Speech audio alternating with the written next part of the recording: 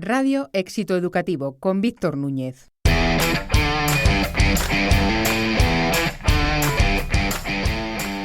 Bienvenidos al programa número 50 de Radio Éxito Educativo, el podcast de los que deciden en la educación. Llegamos a los 50 capítulos dando las gracias y se las damos en primer lugar a nuestros oyentes por habernos acompañado durante estos casi 4 años de travesía. Gracias también a nuestros inestimables colaboradores, primero Julián Martín con su sección ¿Qué tecnología para qué educación?, que nos ayudó a entender mucho mejor el uso inteligente de las TIC en los centros educativos, y en la actualidad a Luis Miguel Belda, que en su espacio Desde el Estrado disecciona con su inconfundible sentido del humor y su sentido también común la actualidad del sector. Y a nuestra última incorporación, Silvia Álava, que ayuda a profesores y directivos a mejorar su bienestar emocional en su sección Ánimo Profes. También le tenemos que dar las gracias a todos los protagonistas que se han ido sentando en el pupitre digital. 50 grandes líderes de la educación que desde distintos ámbitos y roles han dado respuesta a las cuestiones más candentes de cada momento y nos han aportado su visión sobre el presente y futuro de la educación. Gracias también al equipo de Udima Media, Raúl Pérez, María del Mar de los Santos, Gonzalo Pazos y a todos los grandes técnicos por su fantástica labor y paciencia. Y en último lugar, pero no menos importante, a Ana Verónica García y al equipo de Éxito Educativo y School Market, porque sin ellos esto no sería posible. Después de este momento de obligado agradecimiento, nos centramos en este nuevo capítulo que tiene por protagonista a Manu Velasco, un profesor que se ha convertido en una auténtica referencia por su pasión y entusiasmo en la labor docente. Manu, que se define como maestro con los pies en la tierra y la cabeza en las estrellas, es sobradamente conocido en el mundo educativo por sus premios, por su blog, por sus libros y por emocionar a través de sus inspiradoras ponencias. Con él hablamos de vocación docente, del abuso de la tecnología, de su particular visión sobre las TIC y del estado de ánimo de los docentes. Pero antes de la entrevista contaremos, como siempre, con Luis Miguel Belda, que desde el estrado nos comentará la última resolución del Parlamento Europeo instando al Gobierno de la Generalitat a que dé el mismo trato al catalán que al castellano como lenguas en la enseñanza de los colegios catalanes. Y para finalizar, contaremos con los buenos consejos de Silvia Álava en su sección Ánimo Profes, que en esta ocasión nos hablará de autoconocimiento y felicidad.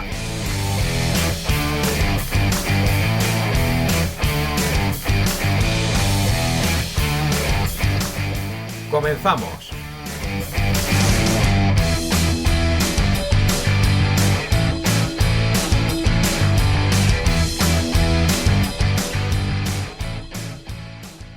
Desde el Estrado, una visión global de la educación con Luis Miguel Belda.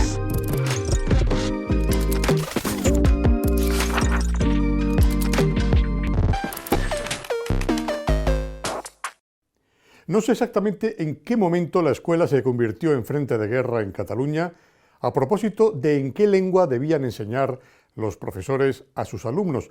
Unos alumnos que hablan más en castellano en la calle que en esa escuela, probablemente como reacción, como protesta, esa postura propia de los adolescentes que basta que le digan que hagan una cosa, harán la contraria. Es genética y también algo propio de la civilización, algo natural.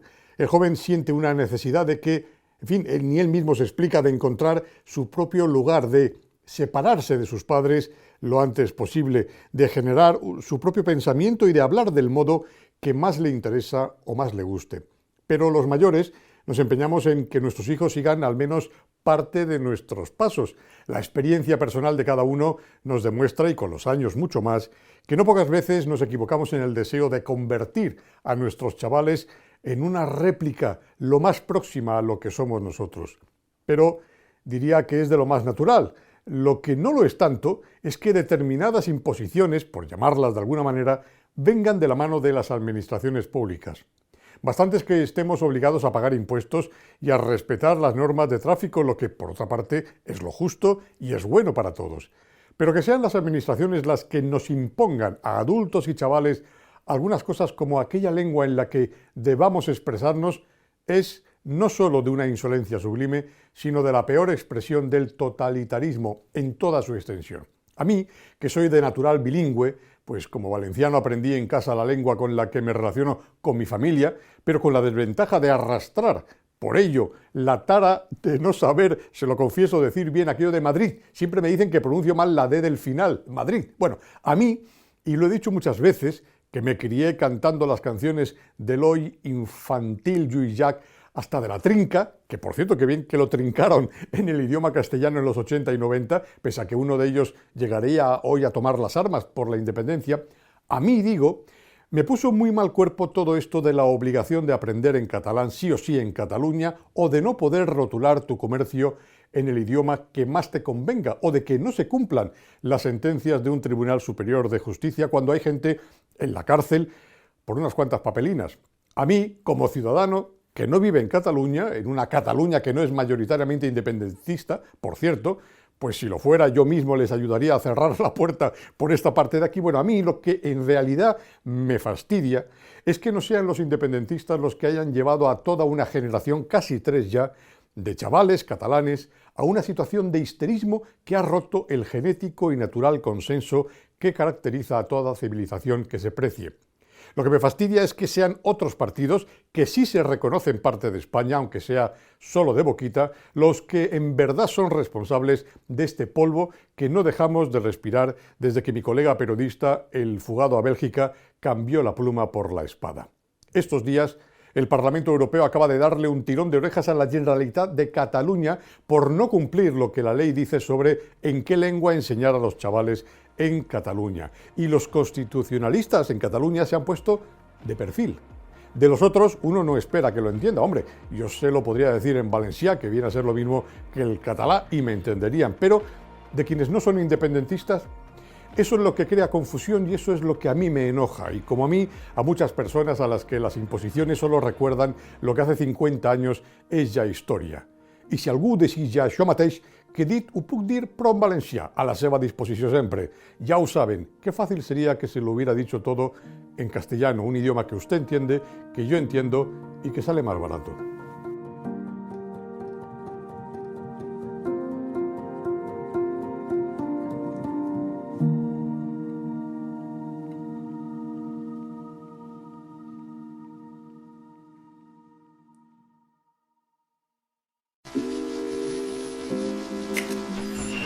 El pupitre digital.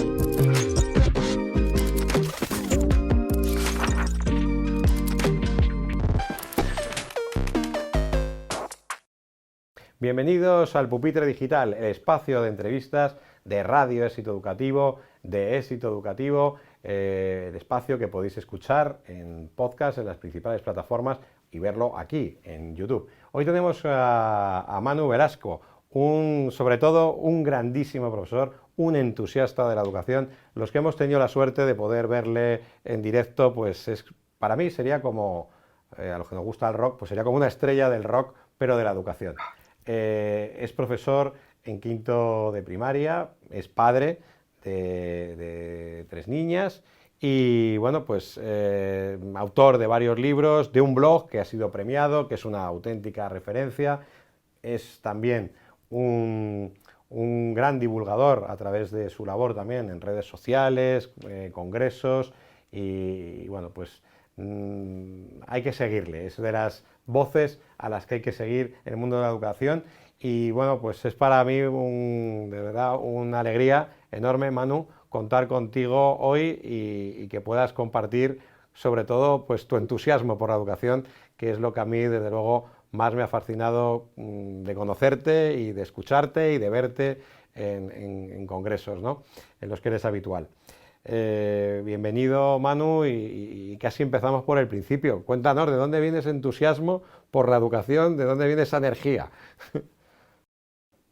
Hola, Víctor, ¿qué tal? Bueno, un placer estar aquí contigo y con todos los oyentes, ¿verdad? Bueno, pues el entusiasmo me viene desde muy pequeñito. Yo tenía claro desde muy pequeño que quería ser maestro, ser un maestro similar a mi maestra Amparo, que tuve en mi pueblo, en un pequeño pueblo del Bierzo, que me tocó, que me ayudó, que me vio, que me escuchó.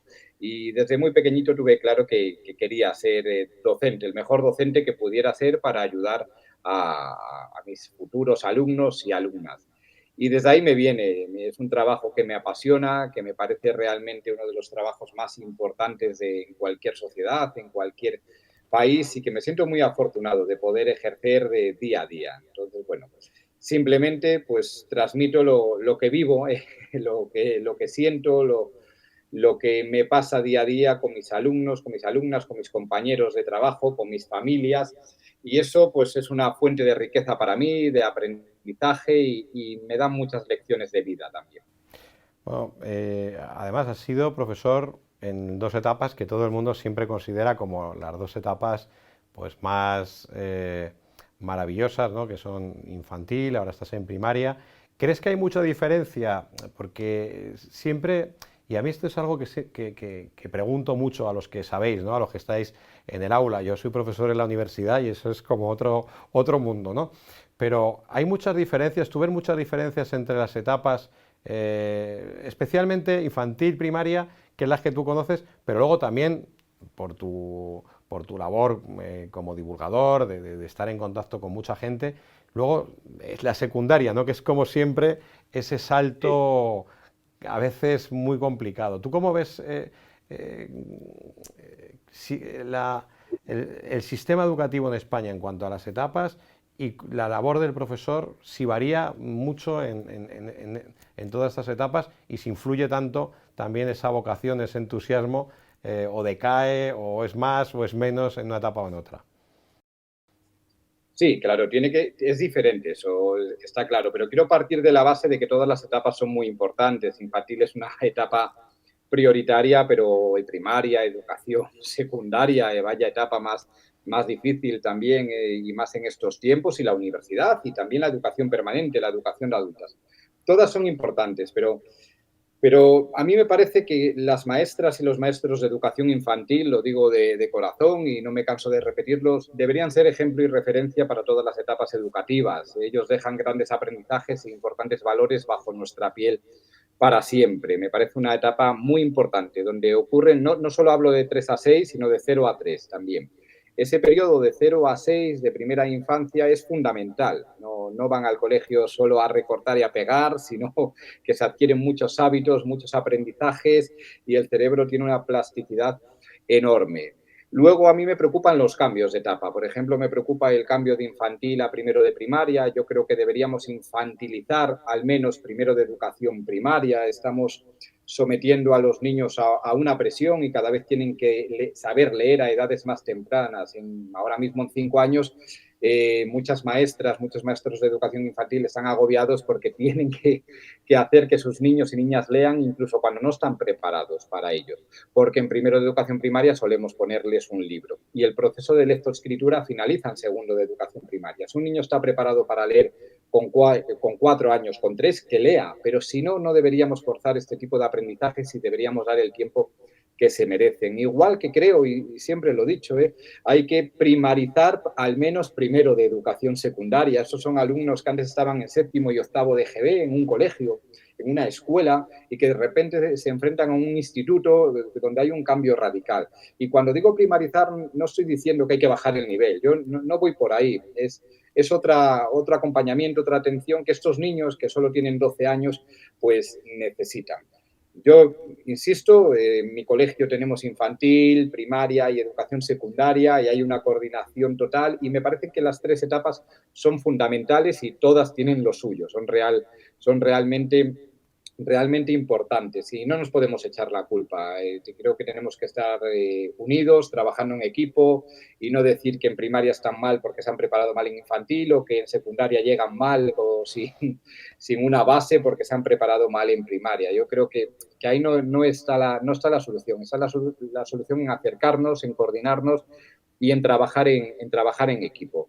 Pero bueno, insisto, sobre todo yo creo que la etapa de educación infantil que quizás para mí no está valorada suficientemente y es una etapa donde ocurren muchas cosas importantes y es una etapa vital para el aprendizaje, para la autonomía, para la confianza, para la autoestima, para todo.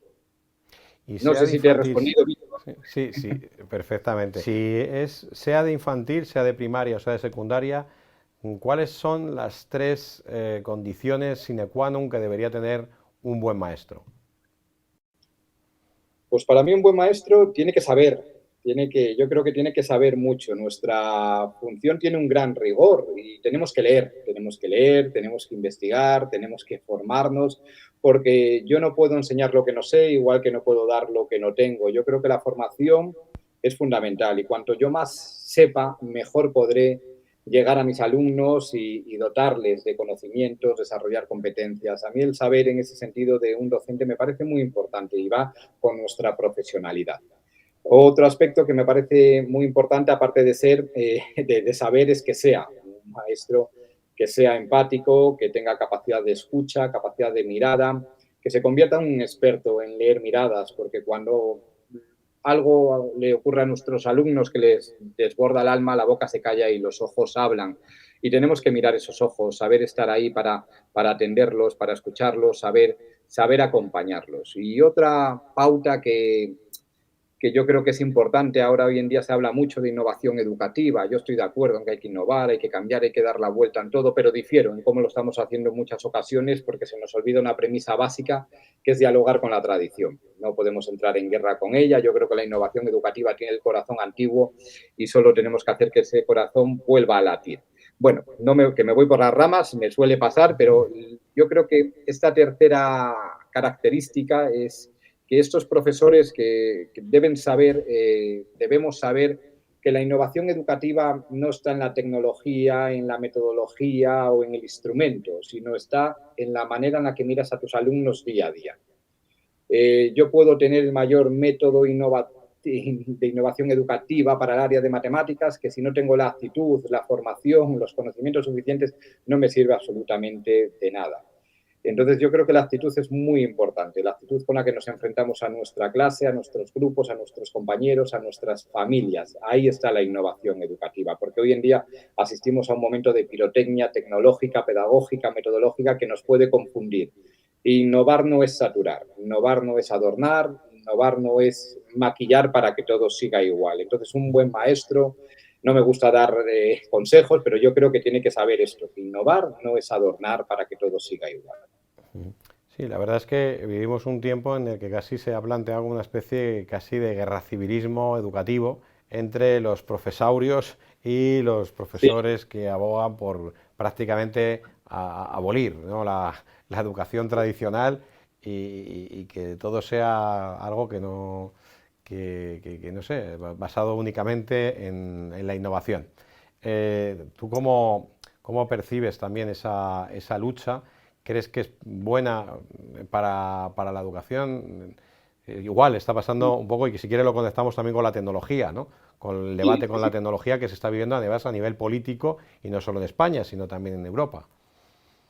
Yo creo que este debate, cuando no se falta el respeto, puede ser productivo, puede ser interesante. Cuando hay una crítica constructiva que te hace ver que tu punto de vista puede estar incompleto o equivocado, que te sirve para aprender, fenomenal. Pero cuando nos metemos en redes sociales como X, por ejemplo, que es donde ocurre esto que dices muy a menudo, a mí a veces se me cae el alma a los pies por lo que veo y no me gusta meterme en esos jardines. Yo creo que no hay que ir a los extremos. Está claro que es importante el conocimiento, que a veces pues se van a necesitar pues métodos más tradicionales, que está demostrado científicamente que mejora el aprendizaje, pero que también hay otros métodos que están llegando, que se adaptan a las situaciones actuales, que también son necesarios. Por ejemplo, hablamos del libro de texto. Pues el libro de texto es un gran recurso, pero no tenemos por qué encadenarnos, esclavizarnos al yugo del libro de texto. Hay vida más allá de lo que yo llamo ABF y CAS. ABF, aprendizaje basado en fichas, y CAS, culo atornillado a la silla. ¿Que es necesario el ABF y el CAS? Por supuesto que en muchos momentos es necesario y los alumnos incluso lo tienen que buscar para poder concentrarse, desarrollar, hacer.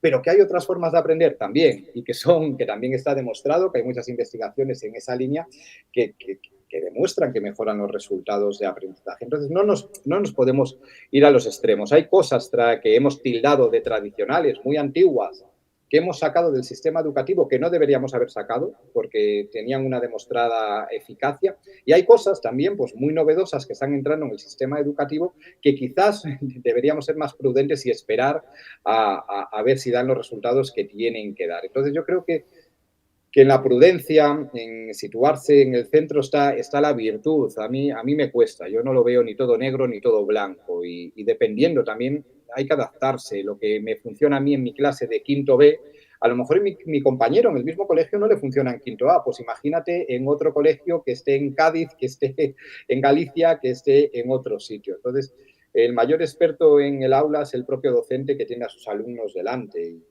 tiene que adaptarse a ellos y buscar los recursos necesarios para hacer que aprendan, para hacer que desarrollen competencias, para hacer que crezcan como personas. Y a veces me puede servir el libro de texto, a veces me puede servir pues una metodología más activa, a veces me puede servir pues una experiencia en el entorno, a veces me puede servir una experiencia de aprendizaje-servicio, un aprendizaje basado en proyectos, a veces el ABF que te decía, pues bueno, eso es. Entonces a mí me preocupa estas guerras que veo y esas faltas de respeto. Sobre todo me preocupan las faltas de respeto que se produce entre docentes en algunas ocasiones y me da mucha pena porque muchos de ellos los conozco y sé que son grandes profesionales y me cuesta presenciar eso y no me meto. Sí que te digo la que verdad ahí es no me que meto. es un debate poco educado sobre la educación, ¿no? Faltarse el respeto, insultar a otros profesores, que desde luego que es algo que desde Éxito Educativo jamás hemos consentido ni vamos a consentir que se falte nunca el respeto, y aquí todas las ideas, desde luego, pues dentro del debate educativo son respetables, por supuesto, pero es verdad que en X a veces llama la atención y es muy triste, ¿no? Que profesores se estén insultando y bueno, pues con un debate demasiado enconado, ¿no? Sí, demasiado. Bueno, si entramos ahora a tu blog, haces también, eres un gran creador de acrónimos, te gusta pues jugar, ¿no? con las TIC, luego nos cuentas tu concepto de TIC también, y bueno, pues tienes ahí como una pequeña poesía sobre el uso también de los teléfonos, ¿no? Móviles, sobre todo los más pequeños, ¿no? ¿Cómo vives también este debate? O sea, prácticamente ahora pues las comunidades autónomas, desde el Ministerio, pues se plantea prohibir el uso directamente, ¿no? del móvil. Varios países europeos también lo han echado para atrás, no solo el uso del móvil, sino otros dispositivos, ¿no? Otras pantallas. ¿Cómo lo ves también? Si fueras ministro de Educación, ¿qué harías en torno a todo este tema? Bueno, yo creo lo que escribí hace poco, yo creo que su infancia se va si un móvil antes de tiempo les das. Yo eso lo tengo muy claro cuando niños de 11 años se ponen a whatsappear y a meterse en Snapchat, en TikTok, a ver vídeos que no deben ver, dejan de salir al parque, de quedar con sus amigos, y a mí eso me preocupa mucho. Yo creo que la tecnología es un tren fantástico que nos puede llevar a cualquier lugar, pero las vías por las que ha de circular ese tren siempre se llamarán pedagogía. La tecnología está al servicio del aprendizaje, nunca al revés. Y yo creo que la tecnología en las aulas debe servir para aprender, nunca para distraer. Y eso sí que es importante. Y también saber que nuestras clases no son mejores por la tecnología que utilicemos, sino que son mejores por el aprendizaje que nuestros alumnos generemos. Yo soy partidario de no dar el móvil, lo vivo como padre, sé que es navegar contra corriente, pero hasta los 16 años a mis hijas. Yo lo tengo claro, sé que ahí existen otras realidades, que a lo mejor es necesario, pero bueno, no tienes por qué darles un iPhone 15 Pro Max con acceso a Internet. Si te hace falta para que la niña te localice tener un móvil, puede ser un móvil de llamadas y se acabó. Pero también es evidente que viven en una sociedad digital y que hay que prepararles para esta sociedad, hay que desarrollar su competencia digital y tiene que estar muy bien secuenciada en las escuelas, desde infantil hasta la etapa universitaria. No puede ser que la competencia digital de mis hijas, en este caso, recaiga en que tenga la suerte de que les toque un profesor o profesora que vamos a llamar TIC y que si les toca a ese profesor se va a desarrollar esa competencia digital y que si no, no. Hoy en día cualquier profesor, incluso cualquier padre, tiene que ser competente digitalmente hablando y tenemos que ayudarles. Pensamos que son nativos digitales y que no podemos enseñarles nada porque saben más que nosotros y no es así. Realmente son zombies digitales que cometen muchos errores y errores muy graves que pueden tener serias consecuencias. Entonces a mí me preocupa. Yo creo que esa competencia digital tenemos que ayudarles desde ya muy pequeñitos a que vean los peligros que hay escondidos detrás de la tecnología, a que vean las oportunidades y lo que puede generar el buen uso de Internet, pero que cojan hábitos que les alejen del mal uso, que vean lo que hay detrás de un anuncio, que nunca les van a regalar un móvil o que les van a dar 10.000 euros o un coche, como llegan muchos mensajes de spam, que sepan respetar los derechos de autor, que sepan citar adecuadamente, que sepan utilizar un procesador de textos de manera adecuada. Entonces, a mí me parece que la competencia digital es hoy en día una de las competencias más importantes, porque queramos o no, se levantan y se acuestan con ella. Y es mejor que tengan la información necesaria para que sepan dónde se están metiendo. Antiguamente, cuando nosotros vivíamos en el entorno natural, en una ciudad, en un pueblo, nuestros padres o familiares nos previenen, ¿verdad? Nos dicen, no cruces la carretera cuando el semáforo está en determinado color, no corras detrás de un varón si va hacia los camiones, no cojas caramelos de extraños. Pero en el entorno digital, yo no sé por qué aún exactamente, hemos hecho como una dejación de funciones y no les hemos prevenido. Y los hemos mandado al mar de Internet en una barca pinchada y sin remos. Y es un mar precioso, donde hay peces de colores, sirenas, delfines, corales, pero donde también hay piratas, tiburones, pederastia, pornografía, sexting, grooming, ciberbullying. Y no los podemos dejar en ese mar a la deriva.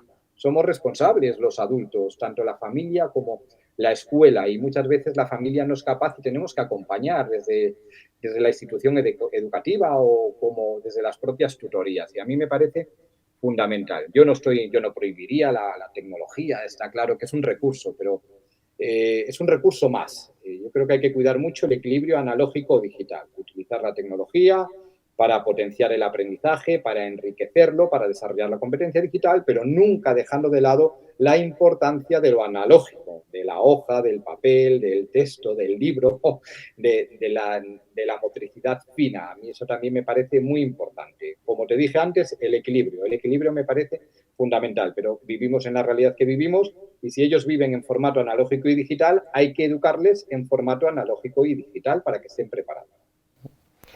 Y bueno, creo que personas como tú, profesores como tú, digamos, hacéis mucho, ¿no?, por la imagen pública del profesor o reivindicáis, ¿no?, sobre todo, pues la labor del docente en la sociedad y la importancia que tiene. ¿Tú crees que el profesor en general, el maestro, la maestra, está bien visto en España? ¿Está suficientemente reconocido en España? Las estadísticas parece que nos dicen que sí, que médicos y profesores están bien reconocidos, pero la realidad es que cuando hablamos con los profesores, con los maestros que estáis en los colegios y en las escuelas, pues la verdad es que no sentir del todo respaldados, ¿verdad?, por las familias ni suficientemente valorados muchas veces. ¿Cómo lo ves? Hay diferentes realidades. Yo, pues, si te hablo de mi caso particular, yo me siento muy valorado y muy satisfecho pues, con las familias, por ejemplo, que tengo este año, que he tenido estos años con mi colegio. Pero a nivel general, yo creo que se pueden hacer más cosas. Yo, pues, sinceramente, yo creo que la educación es algo tan importante que no puede estar solo en manos de políticos. Así te lo digo, y como dice mi compañero Bravo, en España no hay leyes educativas, hay venganzas electorales. Y a mí esto me preocupa. No me siento desde las administraciones realmente pues valorado cuando nos someten a este baile incesante de leyes que nos aumentan la burocracia y que constantemente nos hacen elegir entre dos P's, papeles o personas. Si tienes al final 20 actividades sin hacer, yo tengo claro que tengo eso, 20 actividades sin hacer. Pero si tienes 20 ojos sin ver, tienes 10 corazones sin atender. Entonces, tenemos que elegir en muchas ocasiones. Y yo creo que desde la política educativa se pueden hacer muchas cosas por la educación. La primera de ellas, toda ley educativa dice que nuestra educación ha de ser personalizada y yo creo que a ese párrafo le falta siempre una coletilla, que es y para ello nuestra ratio será bajada. Pueden bajar la ratio, nos vendría muy bien a todos, principalmente a los alumnos. Creo que también tienen que cuidar el bienestar de los docentes, sabiendo que repercute directamente en el bienestar de las familias y de los propios alumnos. Tienen que cuidar las infraestructuras, tienen que cubrir las bajas en tiempo y forma. No puede ser que muchos colegios pues estemos esperando para que sustituyan a un profesor con todo lo que supone, pues a lo mejor un mes o más. Es increíble. Y tienen que escuchar la voz de los mayores precursores en educación, que son las familias, los docentes y los alumnos. Yo siempre digo que tengo una ley o el nombre de una ley en mi cabeza que me parece fundamental y que debería ser la que se tiene que aprobar, que es la lo merece. Ley Orgánica de Educación que realmente escuche a la comunidad educativa. Es que es necesario que se escuche. Yo no digo que nosotros o que las familias tengan que desarrollar las leyes educativas, para eso hay profesionales, pero que haya una escucha activa, una escucha verdadera a estos sectores, me parece fundamental para saber detrás de lo que andamos. Entonces, bueno, pues yo en ese sentido, con este aumento de burocracia, que me parece una burocracia inútil, que me aleja de mis alumnos, que me aleja de preparar mejor mis clases, que me aleja de mirar a mis alumnos a los ojos, me hace no sentirme en muchas ocasiones a gusto y sí desbordado con tanto trabajo que en muchas ocasiones es innecesario o que se podría hacer de una manera mucho más ágil. En cuanto al papel que tenemos en la sociedad, yo creo que sí. Yo creo que todo el mundo sabe la importancia de un docente, de un maestro, todos hemos pasado por alguno y que tocamos vidas, para bien o para mal, tocamos vidas. Yo quiero pensar que la mayoría de las veces es para bien, pero es clara el valor que tiene un docente en la sociedad. Es el principal tesoro que tiene cualquier país, sus docentes, junto con otras profesiones, pero los docentes están ahí y me parece que son el futuro de cualquier sociedad. Cuéntanos un poco cómo es tu método, tu particular método TIC, que no es precisamente tecnologías de información y comunicación. Sí, bueno, esas TIC me parecen fundamentales, pero no tendrían sentido sin las otras TIC. Que voy a publicar ahora en septiembre con Grijalbo un libro que se llama así, Educar con las otras TIC, tiempo, interés y cariño. Me parecen fundamentales. Si queremos desarrollar en nuestros alumnos cualquier aspecto cognitivo, tenemos que preocuparnos y atender antes a sus aspectos afectivos. Si un alumno no está bien emocionalmente, no puede estar bien intelectualmente. Yo creo que lo primero es la persona y que después viene todo lo demás. Para mí educar es algo más emocional que curricular y con eso no estoy diciendo que no sea importante lo curricular, pero está claro que cuando somos adultos y tenemos un problema o hemos pasado la muerte de un familiar, tenemos una preocupación, nos cuesta más estudiar, nos cuesta más trabajar. Pues imagínate a nuestros alumnos que están con su cerebro en fase de desarrollo, pues aún más. Y muchas veces no lo tenemos en cuenta y yo hablo de mis errores, no quiero aquí hablar. Y yo me di cuenta que los trataba como si fueran robots de aprendizaje. Y vamos a aprender y no, tenemos delante niños y niñas con sus problemas, con sus preocupaciones. Y antes está eso, para que las TIC verdaderas tengan sentido, hay que pasar por las otras TIC. Tiempo, interés y cariño. Darte el tiempo que necesitas, respetar los ritmos de aprendizaje. Yo no creo que exista mayor innovación educativa que esa, que respetar los ritmos de aprendizaje. Para mí, innovar es conseguir o al menos intentar que ninguno se quede atrás. El interés, tenemos que mostrar un interés genuino por nuestros alumnos. Nos tienen que preocupar, los tenemos que ver, los tenemos que escuchar, tienen que sentirse queridos y valorados. Un alumno no aprende todo lo que podría aprender de una persona que sabe que no lo quiere, que no lo aprecia, una persona a la que observa desde la lejanía impuesta por una barrera invisible de frialdad. Y cuando hablo de querer, no hablo de convertirme en un oso amoroso que tiene que dar abrazos a sus alumnos y decir, ay, cuánto te quiero. Se quiere con la mirada, con la escucha, con la palabra, con la presencia, con los gestos. Y ese querer se lo merece cualquier alumno, desde cero hasta educación permanente, educación de adultos. Entonces, me parece muy importante, pues, estas TIC, me parecen fundamentales. Siempre, la persona siempre estará por delante de cualquier elemento curricular, de cualquier examen, de cualquier programación. Es lo fundamental y nuestra profesión es plenamente humanística, entonces no tendría sentido que fuera de otra manera. Es humanística y es muy emocional, y en esa parte emocional, Manu, como sabes, bueno, desde aquí, desde Éxito Educativo, Educar es Todo y la Universidad de Distancia de Madrid, pues hicimos este año este estudio que arrojaba pues datos pues bien preocupantes, ¿no? 40% profesores con síntomas de depresión, casi un 14% con ideaciones suicidas. ¿Qué está pasando, Manu, en esa parte emocional? Que por un lado, ¿no? Pues vemos que nunca se ha hablado tanto de salud mental, nunca se ha hablado tanto de bienestar emocional y sin embargo estamos aquí en Éxito Educativo nos dirigimos a los profesionales de la educación, pero bueno, ni que decir tiene que los datos, ¿no?, de suicidio adolescente, de depresión, ansiedad en adolescentes, incluso cada vez más pequeños, niños, es un auténtico drama, ¿no?, una catástrofe. ¿Qué está pasando? Pues si lo supiera, rápidamente lo diría para intentar arreglarlo y solucionarlo, pero yo creo que aquí de lo que hablábamos antes, el uso precoz de un dispositivo digital, el acceso a las redes sociales, puede generar muchos problemas en nuestros niños y niñas. Cuando un niño de 7 o 8 años está viendo en Internet determinados vídeos que no debe ver, determinadas conductas que no son habituales, pero no son para nada normales, cuando está viendo que hay otros colegas que cuelgan muchas cosas y que su vida es maravillosa, aunque es lo que muestran ahí, no es que lo que realmente sea todo así de real, pues claro, pues ahí eso afecta a su autoestima, a su confianza y puede generar grandes dificultades. Y a mí ahí me preocupa nuestro papel como adultos. Nuestros niños acceden a los dispositivos digitales porque se los damos. Lo que debería ocurrir en nuestra sociedad es que el raro no sea el niño que con 12 años no tenga un móvil, ¿no? Lo raro sea que un niño con 12 años lo tenga, no al revés.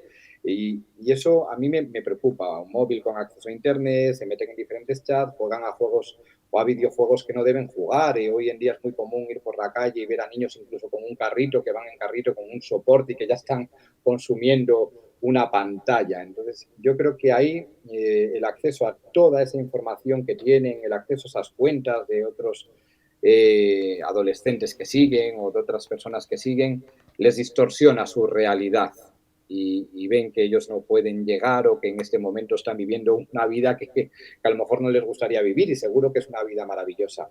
Y esto está generando grandes problemas de autoestima, como dije antes, de confianza.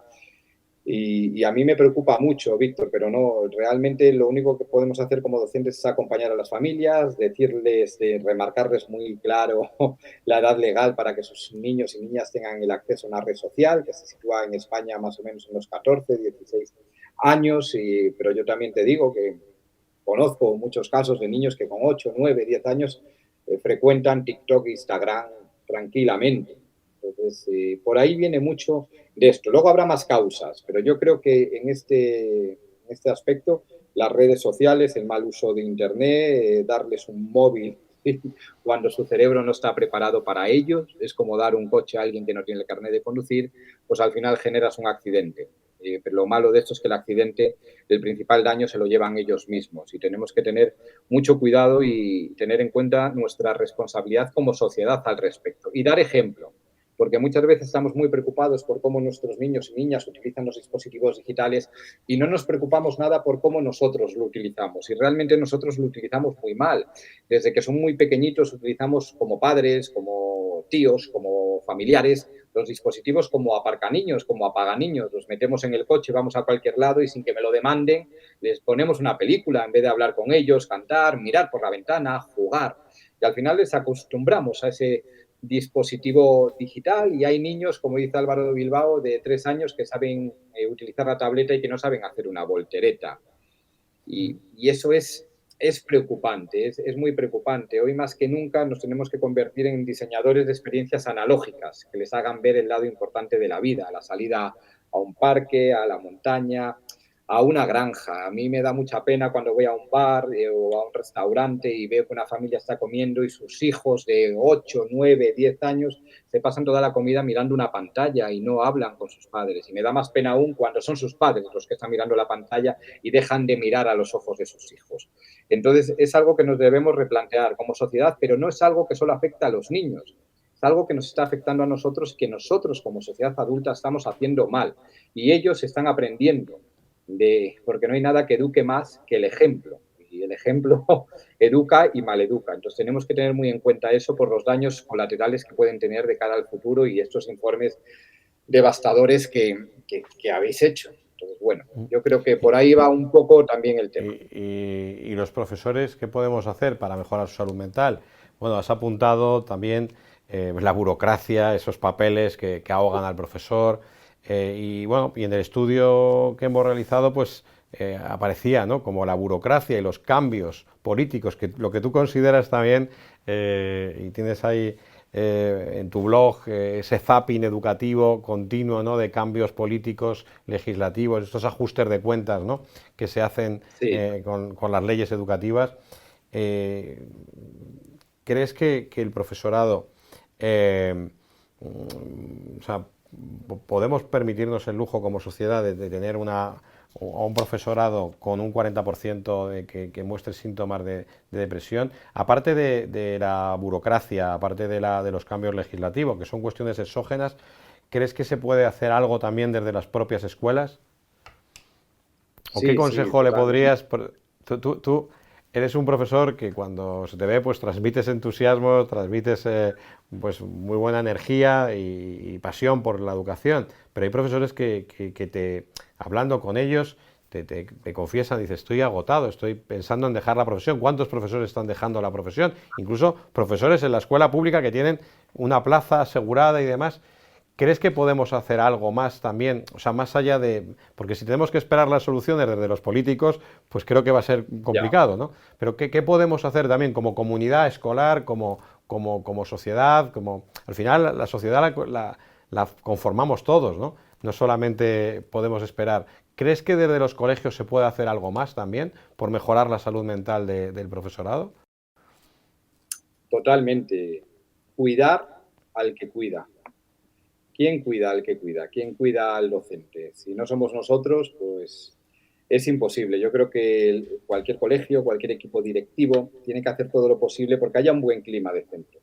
Un buen clima de centro donde cada docente se sienta valorado, apreciado. Lo mismo que estoy diciendo que hay que hacer con los niños, pues lo tenemos que hacer entre nosotros. Yo no puedo cuidar a mis alumnos o enseñarles como debo enseñarles si no estoy bien yo, si no me encuentro bien. Entonces, estos datos son alarmantes y realmente son preocupantes. Entonces, tenemos que cuidarnos y no podemos estar esperando a que nos cuiden desde arriba, desde la política educativa, porque vemos que puede que llegue, pero si llega va a llegar tarde y que se va a alargar en el tiempo. Entonces, nos podrían cuidar pues sometiéndonos a menos burocracia, bajando las ratios y bueno, pues otras cositas que no me voy a parar ahí.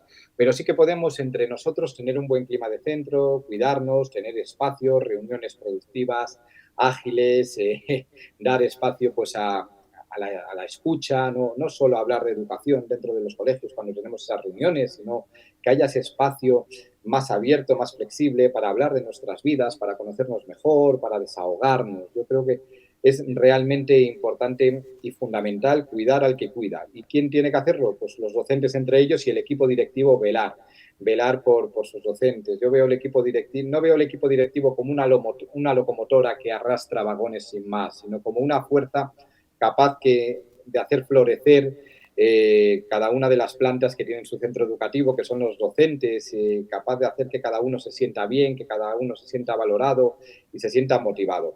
Esto suena muy bonito, pero yo sé que es muy difícil. Yo sé que es muy difícil, que igual que en todas las profesiones, pues los docentes somos muy diversos, nuestros alumnos son diversos, nosotros también, pero tenemos que ser conscientes de que en esa diversidad también está la riqueza y saber acompañar a cada uno de nuestros compañeros en el momento en el que esté. No podemos esperar que todos estén en el mismo momento, ni que su corazón esté en la misma situación en cada uno de los trimestres. Y desde ahí cuidarnos. Yo no veo otra solución, Víctor. Cuidarnos, cuidar al que cuida.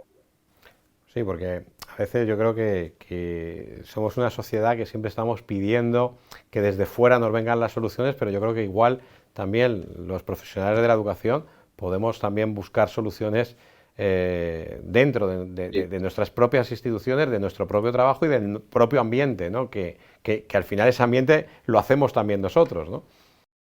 Totalmente.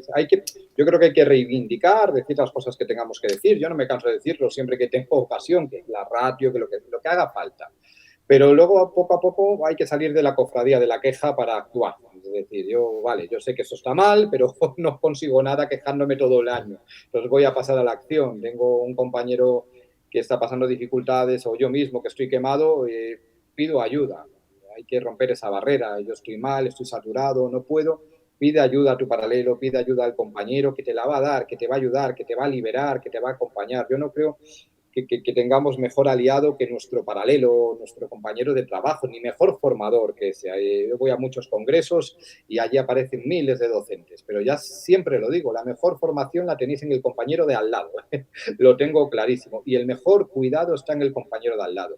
Y muchas veces no lo cuidamos o no nos percatamos porque no nos lo dicen o porque no lo decimos. Yo muchas veces también he estado en esa situación, más saturado, más desbordado, y no he dado el paso de pedir ayuda. Y tenemos que romper ese tabú y pedir ayuda. Mira, pues no llego, o estoy preocupado porque con esta familia me ha ocurrido esto y yo estoy haciendo un mundo, me estoy montando una película y a lo mejor la visión desde fuera de un compañero me tranquiliza, me serena y hace que me coma menos la cabeza. Entonces hay que hablar, hay que abrirse para que nos puedan acompañar y para que podamos acompañar a otros. Me parece fundamental. Pues Manu, por último, siempre cerramos esta entrevista con una misma pregunta. ¿Cómo ves, cómo te imaginas el mejor centro educativo del mundo? Pues yo creo que el mejor centro educativo del mundo es aquel que acoge a sus alumnos, venga de donde vengan, cuando vengan y como vengan. Yo creo que para mí un buen centro educativo es aquel que acoge. No te voy a entrar en cosas como que esto ya todo, que sea bilingüe, que tenga e-twinning, que haga no sé qué. No, es simplemente aquel que acoge a sus alumnos, vengan cuando vengan y como vengan. Y también que acoge a sus docentes. Me parece fundamental el tema de la acogida, porque ahí estás demostrando que es un colegio humano, es un colegio. Siempre lo digo, lo de las escuelas, no me gustan las escuelas que acallan, no me gustan las escuelas que acallan corazones, me gustan las escuelas que laten, no me gustan las escuelas que acallan el entorno, me gustan las escuelas que se vinculan con él, no me gustan las escuelas que acallan las familias, me gustan las escuelas que abren sus puertas, no me gustan las escuelas que acallan las ideas, me gustan las escuelas que creen en ellas, no me gustan las escuelas que acallan las pasiones, me gustan las escuelas que despiertan talentos y no me gustan las escuelas que acallan la vida, me gustan las escuelas que viven y dejan vivir. Entonces, bueno, yo creo que hace tiempo escribí un texto que es más amplio que esto sobre las escuelas que acallan, pues todo lo que digo en él es lo que a mí me gusta, las escuelas que no acallan corazones, que no acallan voces infantiles, que no acallan el humor, que no acallan los sueños, los sentimientos, las emociones y todo lo que acabo de decir ahora mismo. Muy bien, pues Manu, un verdadero lujo contar contigo y sobre todo con tu pasión por la educación. Muchísimas gracias, muchísimos éxitos, que sigas sembrando éxitos con tus libros, con tus ponencias y sobre todo, lo que estoy más seguro, con tus niños, con esos niños y niñas que tienen la suerte de tenerte como profe en el aula todos los días. Así que muchísimas gracias, hermano. Gracias a ti. La suerte es mía tenerlos a ellos y poder disfrutar día a día de mis alumnos y alumnas y de mis familias, que también son una gran fuente de aprendizaje para mí. Muchas gracias, Víctor, y un placer este ratito a tu lado. Muchas gracias. Pues muchas gracias y, como siempre, os emplazamos para estas y otras entrevistas en el Pupitre Digital y las noticias, la actualidad diaria para los profesionales de la información, para los que deciden la educación en exitoeducativo.net. Muchas gracias. Ánimo Profes es un espacio para el bienestar emocional de profesores y directivos. Con Silvia Álava. Hola a todos y a todas, soy Silvia Álava, psicóloga, y quiero daros la bienvenida a este segundo podcast de Ánimo Profes que hemos creado especialmente para vosotros, para cuidar la salud mental de los docentes y incrementar su bienestar emocional. Y es que desde hace unos años ya hemos perdido ese miedo o esa vergüenza a hablar de temas de salud mental. Parecía que era algo que antes se quedaba pues hacia adentro, solamente se lo contábamos a las personas con las que teníamos mucha confianza y ahora, bueno, pues ya se habla de los trastornos mentales y de los problemas de salud mental. Sin embargo, es algo que genera muchas dudas. Sabemos que la definición de salud, según la Organización Mundial de la Salud, es que la salud es más que la ausencia de enfermedad, es el completo estado de bienestar a nivel físico, a nivel social, a nivel emocional, y que cuando hablamos de salud mental significa que sentimos más bien que tenemos las suficientes herramientas para desenvolver con éxito nuestras situaciones del día a día. ¿Qué es lo que ocurre? Bueno, pues que parece que hoy en día solamente tenemos dos opciones, es decir, o estamos sintiéndonos fenomenal, plenos, ¿no? Y sintiendo todo el rato emociones agradables, o si no que tenemos un trastorno de salud mental. Y esto no es así. ¿Qué es lo que ocurre? Bueno, pues que todos vamos a sentir emociones desagradables. En un determinado momento vamos a estar tristes, enfadados, frustrados. Las cosas nos pueden ir mal y pueden ser complicadas y nos puede llevar a situaciones difíciles. Pero eso no significa que porque no estemos alegres o porque no nos estemos sintiendo bien, que tengamos un trastorno de salud mental. Para poder decir que hay un trastorno de salud mental, se tienen que cumplir una serie de criterios diagnósticos. En concreto, bueno, pues la mayor parte de los profesionales de salud mental trabajan con los criterios DSM. Vamos a por la versión 5 revisada y además hay que hacer una evaluación por un profesional de salud mental y nos tiene que decir exactamente qué es lo que tenemos. Luego, mucho cuidado con esas autoetiquetas y también mucho cuidado con eso de pensar que es que si no estoy bien ya tengo un problema. Vamos a ser realistas. El sufrimiento cero no existe. Todos, en determinados momentos, pues lo vamos a pasar un poco mal, porque la vida es complicada. Y además el sufrimiento no es patológico y el sufrimiento no se medica. Si bien es cierto que hay que ver qué es lo que está ocurriendo, porque es cierto que hay en determinadas situaciones que no tenemos esas herramientas para poderlas procesar y vamos a necesitar ayuda profesional. Pero vamos a dejar de pensar que es que el mundo es un sitio, ¿no?, donde solamente hay flores y que tenemos que estar todo el día pasándolo bien, porque es que entonces, si no, estaríamos cayendo en una falacia. Esto está muy relacionado con la idea que nos han vendido de felicidad. Parece que hoy en día el objetivo vital tiene que ser feliz. A ver, yo soy la primera que he escrito varios libros sobre felicidad y que además escribo precisamente el qué podemos hacer para ser más felices. Pero creo que quizás aquí el principal error que estamos cometiendo es que estamos equivocando la emoción de la alegría, que es una emoción que es agradable, en la que sube la energía, que a todos nos gusta sentir, con lo que sería la felicidad, que es un estado en el que van a caber tanto las emociones agradables como las desagradables. Si lo que pretendemos es que para pensar que somos felices o que tenemos un correcto bienestar emocional, que tenemos que estar sintiendo todo el día emociones agradables y haciendo cosas divertidas y que nos gustan, vamos muy mal. Bajo esta definición, no sería feliz ninguna persona en este planeta. Por tanto, además sabemos que la felicidad está mucho más relacionada con emociones como la calma, con la serenidad, con vivir acorde a nuestros principios, a nuestros valores. Se trata de tener herramientas. ¿Para qué? Para poder gestionar con éxito estas situaciones que nos pueden ocurrir en nuestra vida que puedan ser más complicadas. Sabemos que una de las variables que puede ser uno de los mejores protectores a la hora de desarrollar un problema de salud mental es tener un buen autoconocimiento. Es decir, tenemos que perder el miedo a hacer esa labor de introspección y mirar adentro de nosotros mismos y saber cómo nos sentimos y ponerle nombre a la emoción y además bucear más y saber cuál es la causa de que yo me pueda estar sintiendo de esta forma, cuál es la consecuencia, por qué he actuado de esta forma. ¿Por qué? Porque cuando tenemos una buena capacidad de autoconocimiento, eso nos va a permitir que cuando haya situaciones en nuestra vida que son complicadas, las vamos a poder integrar con un discurso narrativo coherente que nos ayude a explicar lo que ha ocurrido. Por eso, te invito a que desde hoy mismo trabajes este autoconocimiento.